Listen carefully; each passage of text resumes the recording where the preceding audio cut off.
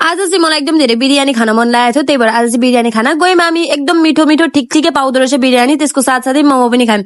मोमो त छोड्ने कुरै भएन होइन, अब जहाँ गए पनि मलाई चाहिँ मोमो चाहिन्छ।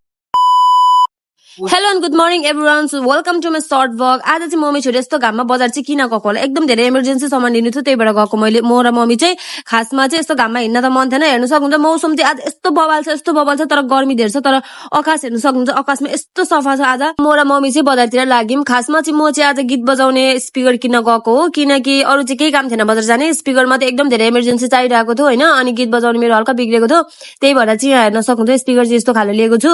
तपाईँहरूलाई कस्तो लाग्छ, राम्रो हुन्छ भन्नुभएको थियो, सबैले यस्तै धेरै चलाएको देखेर मैले पनि यस्तै लिएको। महँगो चाहिँ अलिक महँगै भन्दो रहेछ, हाम्रो लागि त महँगै हो। मलाई चाहिँ नर्मल सिम्पल चाहिएको थियो, तर अब यो महँगै भनौँ। यसरी नै हामीले लिएर आइम स्पिकर फाइनल गरेर। अनि यहाँ मम्मी र छोरी चाहिँ एकदम धेरै आज मजाले राम्रो खालको सामान भने जस्तो भेट्यो भनेर चाहिँ हामीले चेयर्स गर्दै यहाँ कोक खाँदैछौँ। यस्तो गर्मीबाट आएको थियौँ, मम्मीलाई स्प्राइट र मैले चाहिँ कोक, यो चाहिँ मेरो तर्फबाट थियो। घाम पानी केही नभनिकन हामी चाहिँ भिडियो बनाउन आँटेको थियौँ। यहाँ चाहिँ अभिषेकले नयाँ नयाँ कपडा ल्याएको रहेछ, देखाएको छ मलाई। उसको सानै बेग्लै छ आज नयाँ नयाँ कपडा ल्याएर। अनि हामीले चाहिँ नेपाली भिडियो अस्ति बनाउनु पर्ने थियो, त्यही भिडियो बनायौँ। अनि त्यसपछि हामीले बजार पनि जानु पर्ने थियो। अनि त्यस्तो गर्नु भए पनि हामी चाहिँ भिडियो सिडियो बनाएर बजारतिर लाग्यौँ। मलाई चाहिँ केही गर्नु मन थिएन, बस भोक चाहिँ धेरै लागेको थियो। आज भोक चाहिँ ओभर लागेको थियो। अनि हामीले चाहिँ बिरयानी खाने प्लान गरेको थियौँ आज।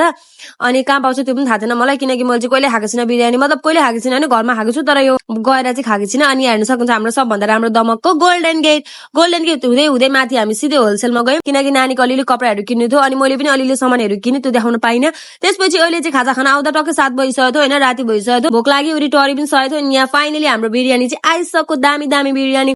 मैले सोचेकी थिएन त्यस्तो मिठो पनि पाउँछ भनेर, तर ठिकै थियो। मैले एक्सपेक्ट गरेको जति मिठो पनि थिएन, तर भोक लागेको बेलामा त ओभर मिठो लाग्यो होइन, किनकि भोक लागेकोमा जे पनि मिठो लाग्छ।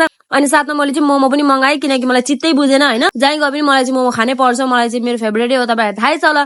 त्यसपछि मैले मोमो पनि 1 प्लेट अर्डर गरेर मोमो पनि खाइदिएँ। अनि त्यसपछि हामी चाहिँ फेरि लाफिङ खाना गएको थियौँ। आज लाफिङ पनि खाइदिउँ भनेर चाहिँ हाम्रो यो डिम्याक्स हल तल गएको थियौँ, तर अफसोस हामी धेरै ढिलो भइसकेको थियौँ, त्यही भएर लाफिङ चाहिँ बन्द भइसकेको रहेछ, बन्द गर्न आँट्नु भएको रहेछ। अनि अब चाहिँ मिल्दैन भन्नुभयो, अनि त्यही भएर हामी चाहिँ फर्केर आयौँ, किनकि 8 बज्न आँटिसकेको थियो साथीहरू। अनि दिउँसोको खाजा हामी 8 बजी खायौँ भोकाको बेला। त्यही हो, सो आजको लागि यति नै। सो नेक्स्ट भिडियो फेरि भेट्नु छु, बाई बाई।